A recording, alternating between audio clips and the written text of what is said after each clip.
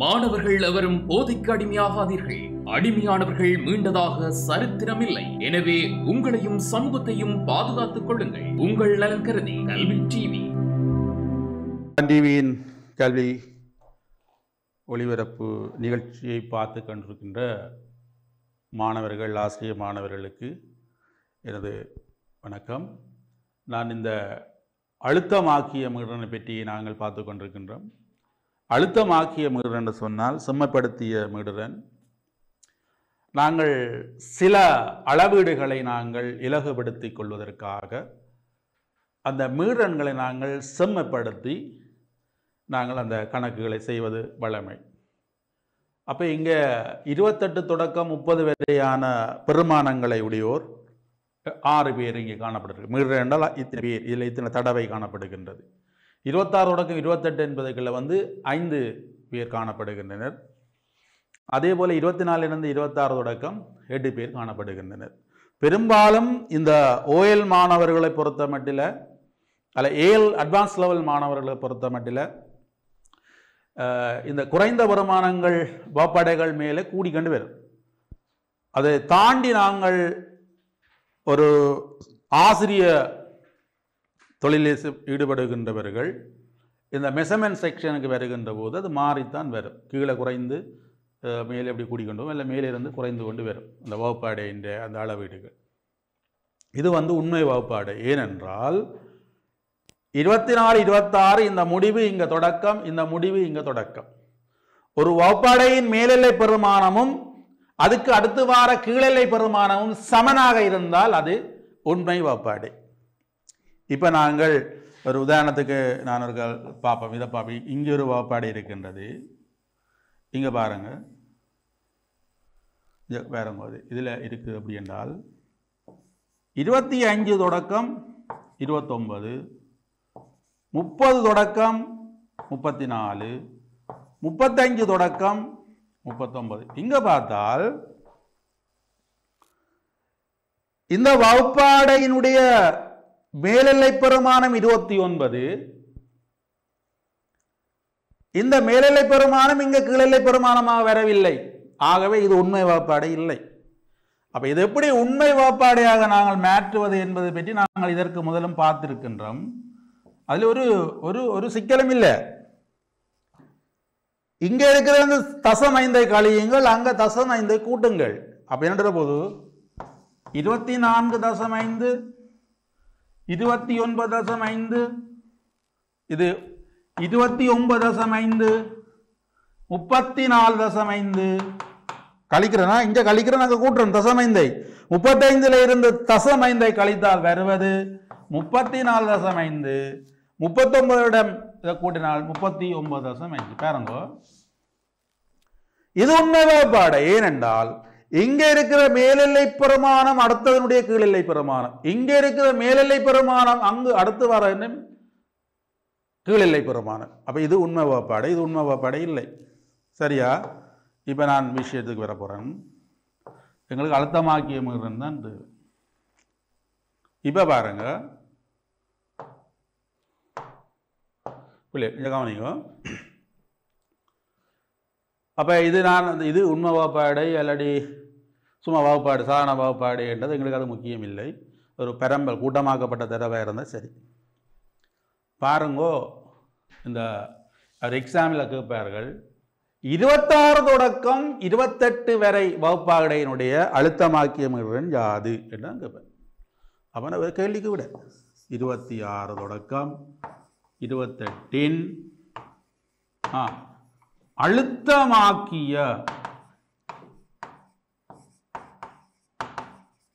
அழுத்தமாக்கிய மீறன் கவனிங்க. 26 தொடக்கம் 28 அழுத்தமாக்கிய மீறன் என்றால் இப்போ நாங்கள் 5 என்ற வகுப்பாடை, இதுக்குரிய வகுப்பாடையை எந்த வகுப்பாடை கேட்கின்றாரோ அந்த வகுப்பாடையினுடைய மீறனை 2ஆல் பெருக்க வேண்டும். ஆகவே 2 10.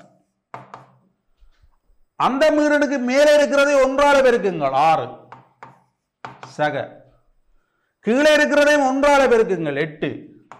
ஆகவே மொத்தம் 4. மொத்தம் 4. இப்போ பாருங்க, 16 16 8 24 24ஐ 4ஆல் வகுத்தால் வருவது 6. ஆகவே இதற்குரிய வகுப்பு அழுத்தமாக்கிய மீறன் 6. இவ்வளவு எவ்வளவு இலகுவான கேள்வி. இந்த கேள்வியே பெரிய கேள்வி என்று விட்டுட்டு வருவார். இப்ப அடுத்த கேள்வி உங்களுக்கு எப்படி கேட்கப்படுகிறது என்று சொன்னால் கவனிங்க. இப்ப பாருங்க, 24 தொடக்கம் 26இன் அழுத்தமாக்கிய மீடுறன் என்று கேட்கின்ற. கவனிங்க, 24 தொடக்கம் 26 அந்த வகுப்பாடினுடைய அழுத்தமாக்கிய மீடுறன் எவ்வளவு என்று கேட்டால், தரப்பட்ட வகுப்பாடுடைய மீடுறன் 8, அதை 2ஆல் பெருக்கினால் 8 16. ஓகே, 8 16 சகதா. இந்த வகுப்பாடைக்கு மேலே இருக்கிற மீடுறனை, இந்த மீடுறனுக்கு மேலே இருக்கிற மீடுறனை 1ஆல் பெருக்கினால் 1 5 5. இதுக்கு கீழே மீடுறன் இல்லை. ஆக 0 1ஆல் பெருக்கினால் 0 கீழே 4 தான். 21 4. 21ஐ 4ஆல் வகுக்கின்ற போது எங்களுக்கு வருவது 10.5 கீழ் 2. ஆகவே என்ன போது 5.75 வரும். சரியா? இதுக்கு வரக்கூடியது 5.75. இதில் ஒரு கேள்வி தான் கேட்பார். ஏதோ ஒரு வகுப்பாடையை தந்துட்டு உங்களுக்கு கேட்பார்கள். இப்போ பாருங்க, இன்னும் ஒன்று இருக்குது தானே, அதை நாங்கள் கணிச்சுடுவோம். பயிற்சி தானே. ஆகவே நாங்கள் அதை பார்ப்போம். கவனிங்க பிள்ளைகள், கவனிங்க. இப்போ கேள்வி கேட்கிறார், 28 தொடக்கம் 30இன் அழுத்தமாக்கிய மீடுறன் சமன். கவனிங்க,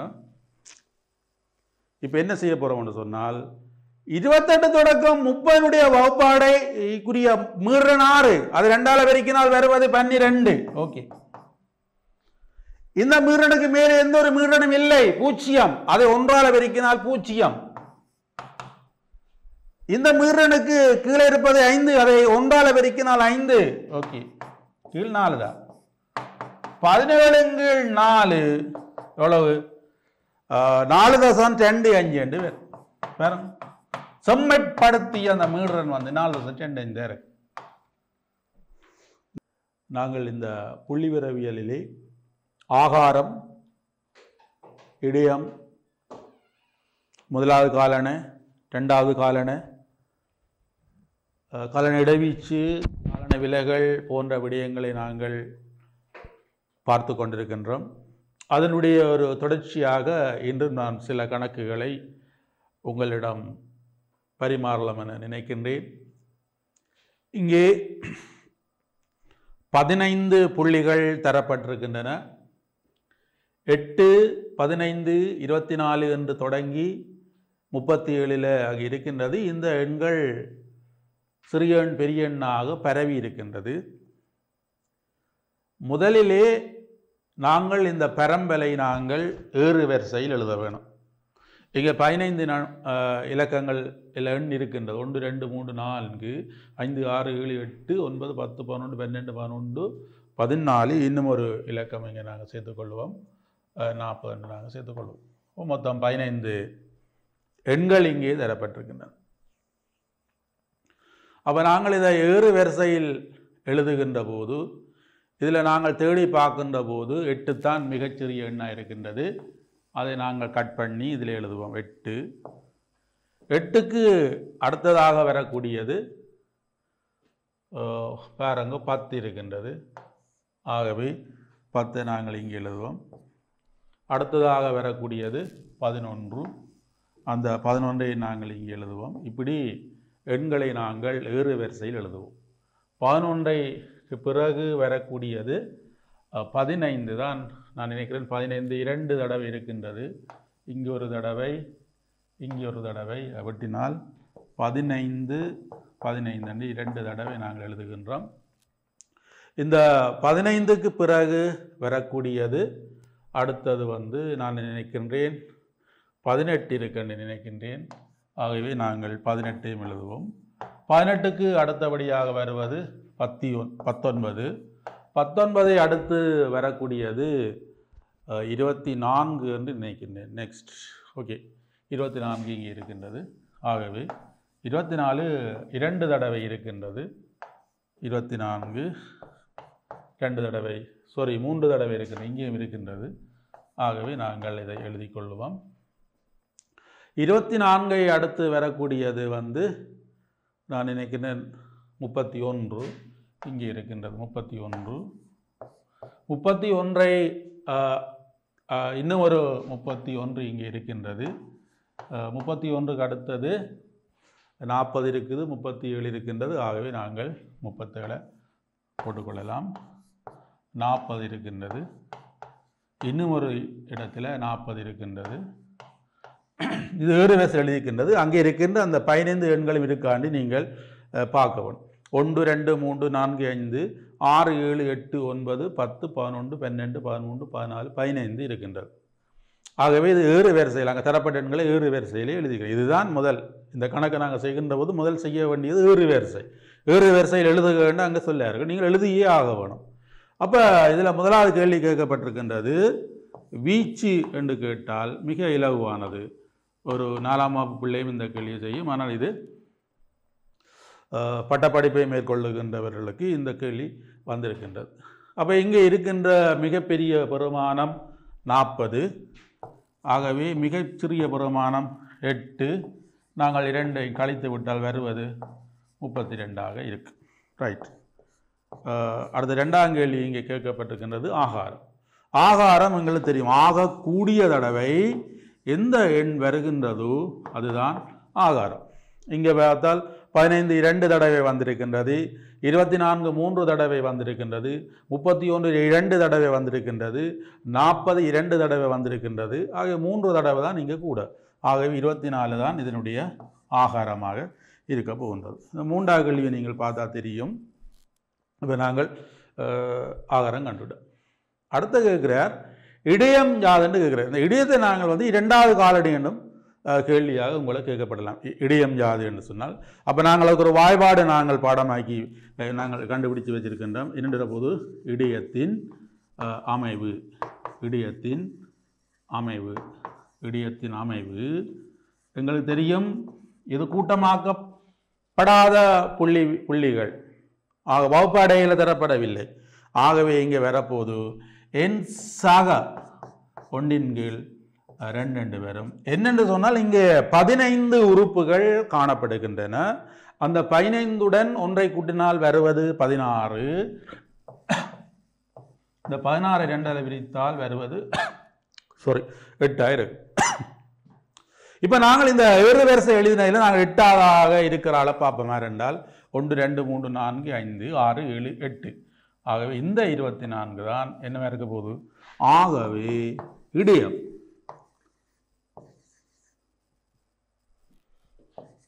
ஆகவே இடையம் 24 ஆகும். பாருங்கோ, இது நான் திரும்ப திரும்ப சொல்லிக் கொண்டிருக்கின்றேன். இது 8 என்பது எத்தனையாவது இடத்தில் அமைந்திருக்கின்றார் என்பதை குறிக்கும். அப்போ 8வது இடத்தில் அமைந்திருப்பவர் யார்? 24. அதுதான் இடையமாக இருக்கு. இனி நாங்கள் 4ஆவது கேள்விக்கு போவோம். 4ஆவது கேள்வி அங்கே கேட்கப்படுகின்றது Q1 Q3 யாதுன்னு கேட்டுக்கிடாது. Q1 என்றால் முதலாவது காலனை, Q3 என்றால் 3வது காலனை. அப்போ நாங்கள் அமைவிடத்தை கண்டுபிடிப்போம். Q1இன் அமைவு சமன், Q1இன் அமைவு சமன் வாய்பாடு என் சக 1 கீழ் 4. பாருங்க, n என்பது 15. இந்த 15உடன் 1 கூட்டினால் 16. 16ஐ 4ஆல் பிரித்தால் வருவது 4. அப்போ 4ஆவது இடத்துல யார் இருக்கிறார்? வரும் 1 2 3. இந்த 15 தான் 4ஆவது இடத்துல வரும். ஆகவே Q1 சமன் 15 வரும். இனி அதுக்குள்ளே அந்த கேள்வி வருகின்றது. Q3இன் அமைவை நாங்கள் பார்ப்போம். Q3இன் அமைவு, Q3இன் அமைவு சமன் என் சக 1 கீழ் 4 தர 3 குவார்ட்டர், 3 குவார்ட்டர்ஸ் என்று சொல்கிறது, முக்கால், 3 குவார்ட்டர்ஸ், முக்கால் பகுதி தான் நாங்கள் வரப்போகுது. ஆகவே என்னுடன் என்னென்று சொல்லக்கூடிய அந்த 15உடன் ஒன்றை கூட்டினால் 16, 16ஐ 4ஆல் பிரித்தால் வருவது 4, 4 12. ஆகவே இந்த 12வது இடத்தில் அமைவதுதான் Q3 இருக்கும். இந்த பெரம்பலில் இது 8வது இடத்தில் இருக்கின்றது. இது 9, 10, 11, 12, இந்த 31, இந்த 31 தான் என்ன வரப்போகுது, எங்களுக்கு Q3 வரப்போகுது 31 இருக்கு. சரியா? இவ்வளவு நாங்கள் வளமையாக செய்த கேள்விகளை கொஞ்சம் இதை செய்திருக்கின்றோம். அப்போ வீச்சு எங்களுக்கு கேட்கப்பட்டிருக்கின்றது, ஆகாரம் கேட்கப்பட்டிருக்கின்றது, இடியம் கேட்கப்பட்டிருக்கிறது. இடியம் என்று கேட்டால் டிரெக்டாக நீங்கள் இடியத்தை கணிக்க முடியாது. அப்போ இடியத்தை கணிப்பதற்கு ஒரு வாய்பாடு இருக்கின்றது. இடியத்தின் அமைவு சமன் என்சகோண்டின் கீழ் 2. இது Q2 2ஆம் காலனி என்று கேட்கப்படலாம். ஆகவே 8வது இடத்தில் அமைபவர் 24 என்று நாங்கள் கண்டுபிடித்திருக்கின்றோம். இனி Q1 கேட்டபடியால் நாங்கள் டிரெக்டாக Q1க்கு போகலாம். முதலாம் காலனிக்கு நாங்கள் போக முடியாது. அந்த Q1இன் அமைவை நாங்கள் கண்டுபிடிக்க வேணும். அப்போ Q1இன் அமைவு என்று சொல்லி அதுக்குரிய வாய்பாடு என் சக 1 கீழ் 4. ஆகவே என்னென்று சொல்வது 15 பேர். அந்த 15உடன் 1ஐ கூட்டினால் 16, 16ஐ 4ஆல் பிரித்தால் நான் 4வது இடத்தில் அமைந்திருப்பவர் இந்த 15. இனித்தான் நாங்கள் எழுதணும். இது Q1இன் அமைவு என்று எழுதணும். அடுத்து எழுதணும் Q1 என்று எழுதலாம். Q1 சமன் 15 என்று வரும். இதே போல Q3இன் அமைவு வந்து அது குவார்ட்டர்ஸ், இது 3 குவார்ட்டர்ஸ். அப்போ n+1/4 × 3 என்று வரப்போகுது. என்னென்று சொன்னால் 15, 15உடன் 1ஐ கூட்டினால் 16, அந்த 16ஐ 4ஆல் பிரித்தால் வருவது 4, 4, 12. இந்த 12வது இடத்தில் அமைந்திருப்பவர் 31 இருக்கு. சரியா? இப்போ நாங்கள் அடுத்த கேள்வி எங்களுக்கு கேட்கப்பட்டிருக்கின்றது. எது? அடுத்த கேள்வி காலனை. 2 கேள்வி கேட்கப்பட்டிருக்கின்றது.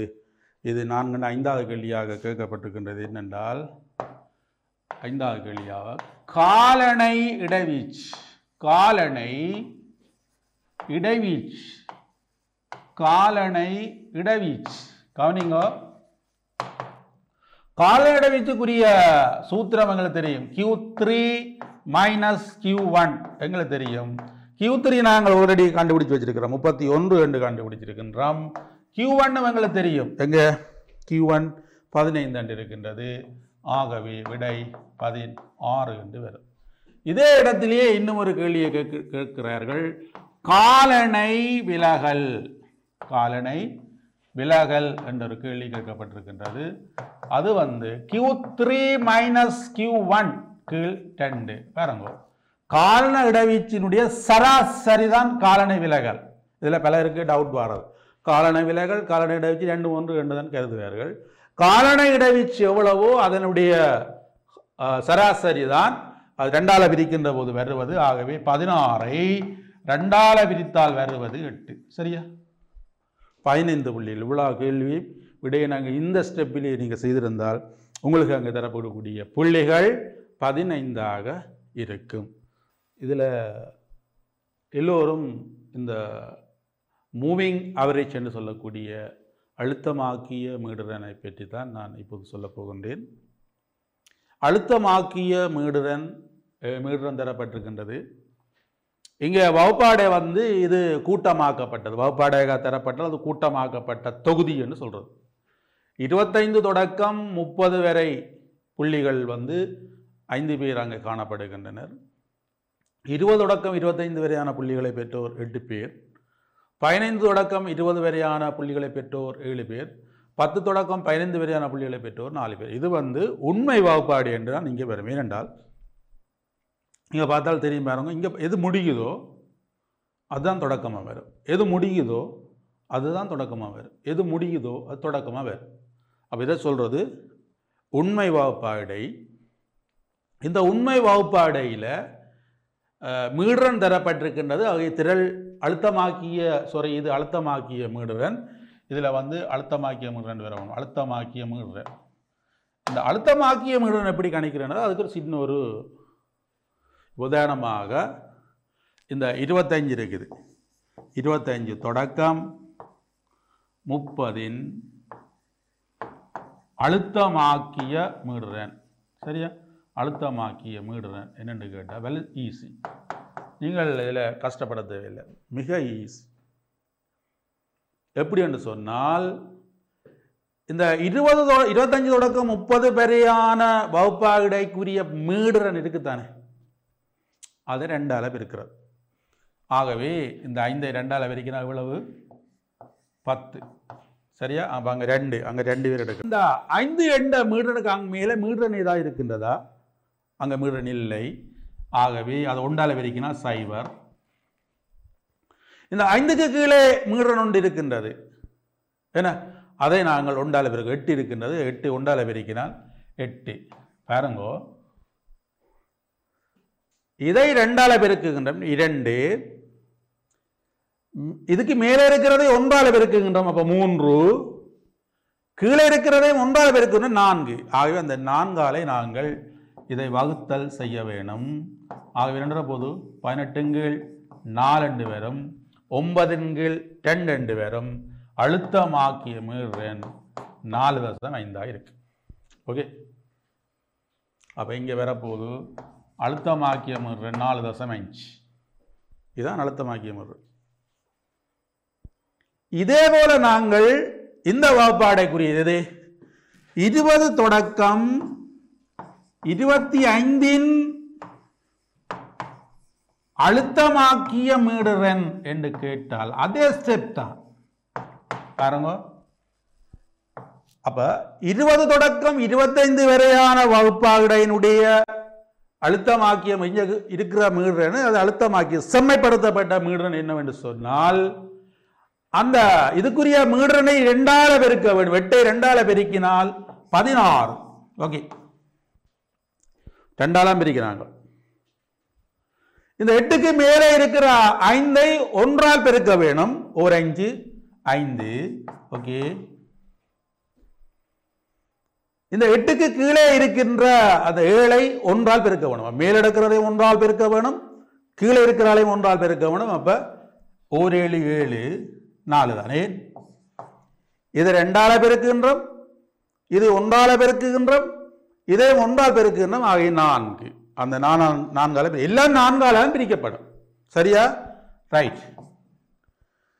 16 5 21 21 7 28 4 பிரித்தால் 7. ஆகவே 7 தான் இதனுடைய செம்மைப்படுத்திய அல்லது அழுத்தமாக்கிய மீடுரனாக இருக்கு. இது நான் பயிற்சிக்காக 4 தந்திருக்கிறது. எக்ஸாமுக்கு ஒரே ஒரு கேள்வி தான் கேட்கும். அந்த 20 கேள்வியில் ஒரே ஒரு கேள்வி தான் பெருங்கட்ட, மிக இலகுவானது. ஒரு பயிற்சிக்காக நான் 4 தந்திருக்கின்றேன். இதே போல நாங்கள் மற்றதையும் செய்யலாம். இது 15 தொடக்கம் 20 அழுத்தமாக்கிய மீடுரன் 2 பேர் வலுசுவம். அப்ப 15 தொடக்கம் 20க்குரிய வகுப்பாடை வந்து 7, அதை 2 பெருக்கினால் 14. ஓகே, அந்த இதுக்கு மேல இருக்கிற 8 அதை 1 பெருக்கினால் 1 8 8, கீழே இருக்கிறது 4 பாருங்க, 1 4 4, அதுக்குள்ள 4 தான் வரும். சரியா? இப்ப பாருங்க, 14 மட்டும் 22, 22 மட்டும் 26 4, 13 2, 6.5 பேர். இதனுடைய வகுப்பாடு 6.5. சரியா? அழுத்தமாக்கிய மீடுரன். இதே போல நீங்கள் மற்றதை கணிக்கலாம். எப்படி பார்ப்போம். இது இருக்க நாங்கள் டிலீட் பண்ணிட்டு, சரியா, இதை டிலீட் பண்றேன். Moving average. ஓகே, பாருங்க பிள்ளைகள், இப்ப இனி 10 தொடக்கம் 15 பாருங்க அழுத்தமாக்கிய மீடுரன். இது பாருங்க அழுத்தமாக்கிய மீடுரன். அப்ப 15 தொடக்கம் 10 அதுக்கு காணப்படுகிற அந்த 4ஐ 2 பெருக்கினால் 2 4 8. இந்த 4க்கு மேலே இருக்கிற மீடுரன் 7, அதை 1 பெருக்கினால் 1 7 7. இந்த 4 என்ற மீடுரனுக்கு கீழே எந்த ஒரு மீடுரனும் காணப்படவில்லை. 0 1 0 0. இது 4 தான். 15/4 ஆகவே எவ்வளவு வரப்போன்னு சொன்னால் 7.5 7.5 2ஆல் சுருக்கினால் 3.75 என்று வரும். இதனுடைய வகுப்பாடு 3.75. சரியா? அப்ப பயிற்சிக்காக நான் ஒரு 4 விடயங்களை தந்திருக்கிறேன். ஆனால் எக்ஸாமில் ஒற்றைய ஒரு கேள்வி மட்டும் கேட்பார். 2 மார்க்ஸுக்குரிய கேள்வியாக வரும். 20 கேள்வியில் வரக்கூடியது. அப்போ மூவிங் அவரேஜ் என்று சொன்னால் தரப்பட்ட வகுப்பாயினுடைய மீடுறனுடைய அந்த 5க்கு பதிலாக அது செம்மப்படுத்தப்பட்ட மீடுறன், அதான் செம்மப்படுத்தப்பட்ட மீடுறன் தான் அழுத்தமாக்கிய மீடுறன். அது எவ்வாறு கணிப்பது என்று சொன்னால் எதை மாற்றம் செய்ய போகின்றோமோ அதை 2ஆல் பெருக்கி அந்த மீடுறனுக்கு மேலே இருக்கின்ற மீடுறனையும் கீழே இருக்கின்ற மீடுறனையும் தனித்தனியே 1ஆல் பெருக்கி கூட்டி 4ஆல் வகுக்க வேண்டும். இவ்வளவுதான். சரியா? நன்றி மாணவர்களே, நன்றி. கல்வி டிவியில் புத்தம்புது நிகழ்ச்சிகளை உடனுக்குடன் பார்த்து மகிழ எமது Facebook மற்றும் YouTube பக்கத்தை லைக் செய்யுங்கள்.